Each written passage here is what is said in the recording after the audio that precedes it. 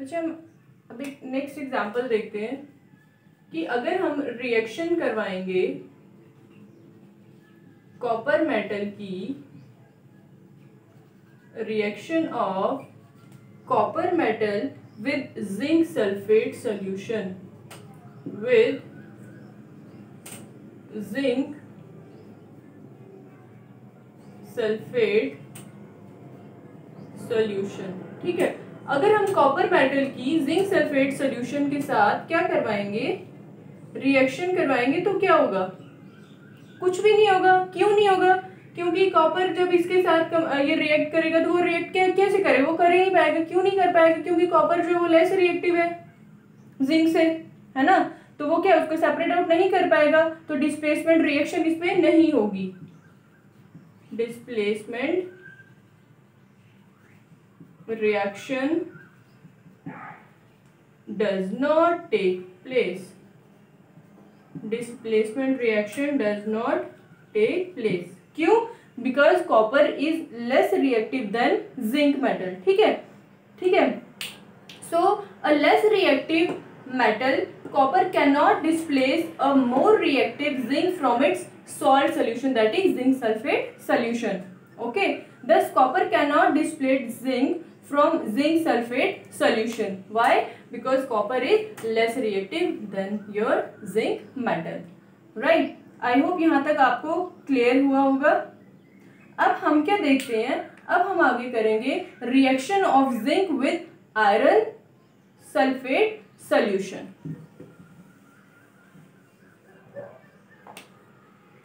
Your C is reaction of zinc metal with iron sulfate solution। देखो, ये है आपका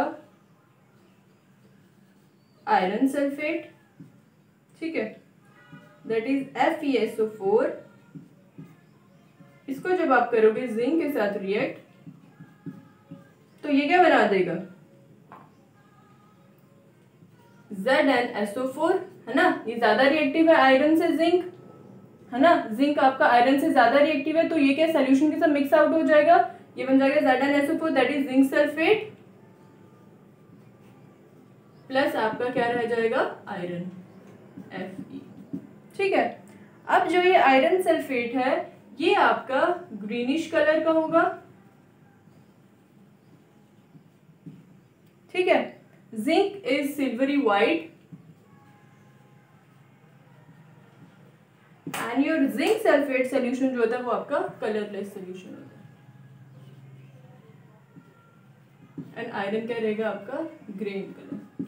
ठीक है, ये बच्चे था आपका क्या कि हम देख रहे थे इसमें आपकी डिस्प्लेसमेंट रिएक्शन। अब आप क्या देखोगे कि ये जो आपकी डिस्प्लेसमेंट रिएक्शन है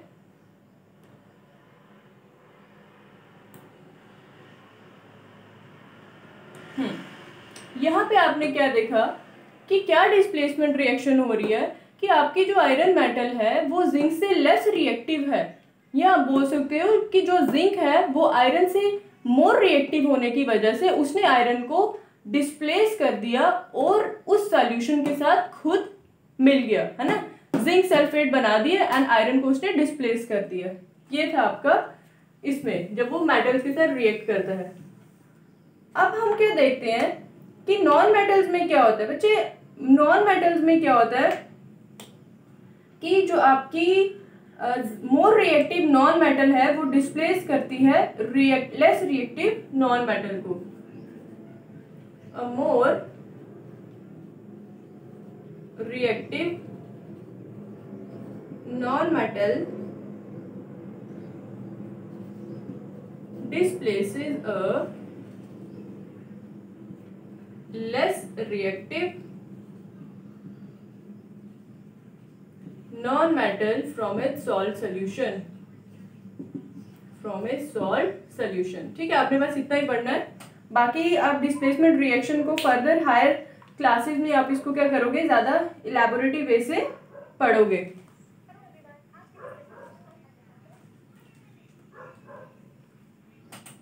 ये था बच्चे आपका क्या अभी तक का हमने क्या पढ़ा। सबसे पहले तो हमने वही मेटल्स एंड नॉन मेटल्स क्या पढ़े, मेटल्स एंड नॉन मेटल्स क्या होता है, ठीक है, मेटल्स एंड नॉन मेटल्स क्या होते हैं, सबसे पहले हमने वो देखे थे। सेकंड में हमने क्या देखा कि इनको डिस्टिंग्विश करने के लिए आपके पास कुछ प्रॉपर्टीज रहती हैं। वो कौन सी प्रॉपर्टीज हैं, एक थी आपकी फिजिकल प्रॉपर्टी, ठीक है, physical property of metal and non metal देखी आपने। थर्ड इज फिर आपने पढ़ा chemical properties, chemical property of metal and non metal. अब केमिकल प्रॉपर्टी में आपने कौन कौन सी रिएक्शंस पढ़ी, उसमें आपने पढ़ी रिएक्शन विद ऑक्सीजन, फिर आपने पढ़ी रिएक्शन विद वाटर, फिर आपने पढ़ी रिएक्शन विद एसिड्स, फिर हमने देखी reaction with bases, and then last हमने क्या देखी, डिस्प्लेसमेंट रिएक्शन। ठीक है, आई होप आपको यहाँ तक जितना भी आपने इस चैप्टर में पढ़ा है, ये चैप्टर आपका ऑलमोस्ट कंप्लीट ही है, फुल कंप्लीट है, ठीक है।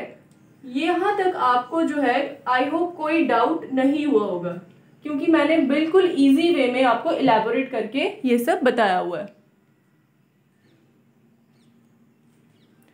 अब बच्चे हम देखते हैं कुछ यूजेस, है ना।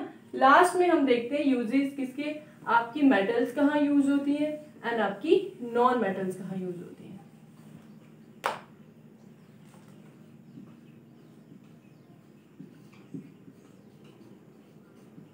Uses of your metals. अच्छा, आपको पता है कि मेटल जो है वो आपके हर दिन आपकी लाइफ में क्या होते हैं, यूज होते हैं, ठीक है। मेटल्स को हम किस लिए यूज करते हैं, मेटल्स को हम यूज करते हैं आपका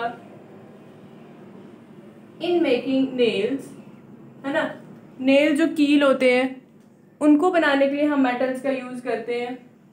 फिर उसके बाद स्क्रू जो होते हैं उनको बनाने के लिए यूज करते हैं।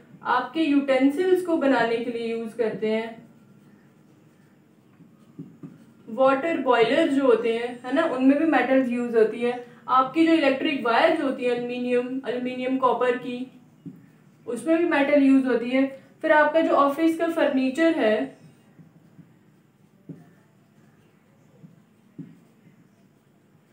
आपकी कार्स, आपकी बसेस,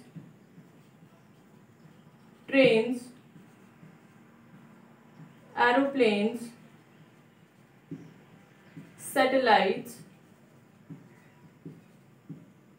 ठीक है, इसी तरह बहुत सारी, है ना। आपकी डे टू डे लाइफ में इतनी सारी चीजें हैं कि जिनमें आपका किसका यूज हो रहा है, आपकी मेटल्स का यूज हो रहा है, ठीक है। अब हम कुछ देखते हैं इंपॉर्टेंट यूजेस कुछ और मेटल्स के, कि उनको कौन कौन सी मेटल को कहाँ पे हम यूज करते हैं, ठीक है, वो देखते हैं अब हम।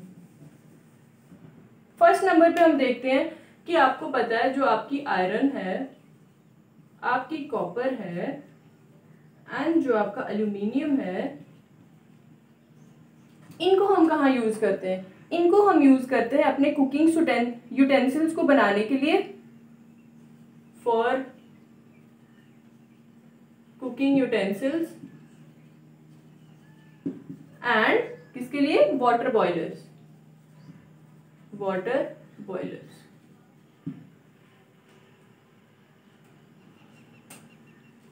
हम क्या करते हैं, इनको यूज करते हैं, किसको, आयरन कॉपर एंड एल्युमिनियम को। और आपकी जो बच्चे कॉपर मेटल होती है ना, कॉपर मेटल, ये जो कॉपर मेटल है ना, इसको हम स्पेशली कहाँ पे यूज करते हैं, आपकी इलेक्ट्रिक वायर्स में, है ना। जो आपकी हाउस होल्ड में वायरिंग हुई होती है ना, हाउस होल्ड वायरिंग, उसमें हम किसका यूज करते हैं, आपकी कॉपर का, ठीक है। और बाकी जो आपकी इलेक्ट्रिक केबल्स वगैरह बनी होती है, ट्रांसमिशन लाइंस, है ना, जो इलेक्ट्रिक ट्रांसमिशन लाइंस होती है, उनमें हम एल्युमिनियम का यूज करते हैं, राइट। उसके बाद आपको पता है कि आपकी जो एल्युमिनियम फॉइल्स होती है जो आपके घरों में, है ना, एल्युमिनियम फॉइल्स जो होती हैं जो हम घर पे यूज करते हैं रैपिंग के लिए। फिर उसके बाद क्या होता है, एल्युमिनियम मेटल जो होते हैं जो in the form of alloys present होते हैं ना, उनको हम अपने एरोप्लेन्स को भी बनाने के लिए क्या करते हैं, यूज करते हैं। ठीक है अच्छा, फिर उसके बाद आपकी जिंक मेटल आती है, एक जिंक मेटल। जिंक मेटल को हम किस लिए यूज करते हैं, आपने पढ़ा होगा कि जो रस्ट लगती है ना, रस्ट को प्रोटेक्ट करने के लिए हम क्या करते हैं, गैल्वेनाइजिंग आयरन, जिंक मेटल को हम यूज करते हैं गैल्वेनाइजिंग के लिए to protect it from rusting. एक ये चीज आपने याद रखनी है, ठीक है, कि रस्टिंग के लिए हम किसकी गैल्वेनाइजेशन करते हैं, जिंक मेटल की। फिर उसके बाद बच्चे आपका सिल्वर एंड गोल्ड आता है। सिल्वर एंड गोल्ड किसके लिए, ज्वेलरी बनाने के लिए।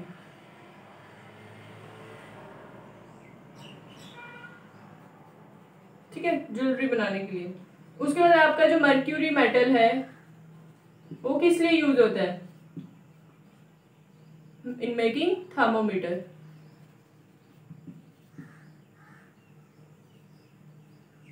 To make thermometer, thermometer.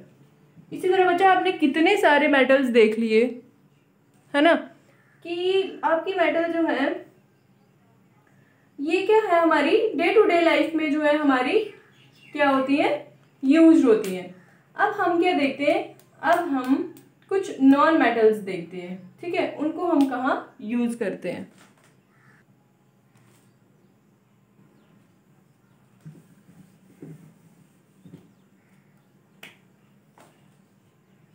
Use of non metals. अच्छा, नॉन मेटल का क्या यूज है, नॉन मेटल में आपको पता है कि आपका ऑक्सीजन आता है जिसको हम यूज करते हैं फॉर ब्रीदिंग। ठीक है, second is your chlorine. Chlorine क्या है, फॉर प्यूरिफाइंग, वाटर को प्यूरिफाई करने के लिए हम क्लोरीन यूज करते हैं। फिर उसके बाद आपका फॉस्फोरस होता है, फॉस्फोरस जिसको हम यूज करते हैं क्रैकिंग में। ठीक है, उसके बाद आपका आता है आपका नाइट्रोजन जिसको हम फर्टिलाइजर्स में यूज करते हैं, नाइट्रोजन फर्टिलाइजर्स में यूज करते हैं। उसके बाद आता है आपका ये ग्रेफाइट जो क्या है, एक गुड कंडक्टर ऑफ इलेक्ट्रिसिटी है, ग्रेफाइट आ गया, राइट। फिर उसके बाद आता है आपका नाइट्रोजन जो कि प्लांट्स उसको यूज करते हैं, यूज्ड बाय प्लांट्स। कार्बन, ये भी आपको पता है, यूज्ड एज अ फ्यूल। ठीक है, एंड जो ब्रोमाइन है ना, ब्रोमाइन जो है उसको हम यूज करते हैं किसमें, डाइज एंड पेस्टिसाइड्स में। किसको, ब्रोमाइन को कहाँ यूज होती है, डाइज एंड पेस्टिसाइड्स। ठीक है बच्चे, आपने क्या देखा, आपने देखा कि आपकी डे टू डे लाइफ में ही आप देख रही हो कि आपकी नॉन मेटल्स जो है, मतलब ये आपकी डे टू डे लाइफ में यूज हो रही है, और आपकी जो मेटल्स भी है जो आपकी एवरीडे लाइफ में आप उनको यूटिलाइज कर रहे हो, यूज कर रहे हो, वो भी आपको सारी दिखनी है कि उनका क्या क्या यूज रहता है। ठीक है, ये सब बच्चे जो हमने पढ़ा ये सारा आपका किस चैप्टर में था, मेटल्स एंड नॉन मेटल्स में। ठीक है, अभी भी बच्चे इस चैप्टर में अगर आपको कोई डाउट होगा तो आप मुझे पूछ सकते हैं।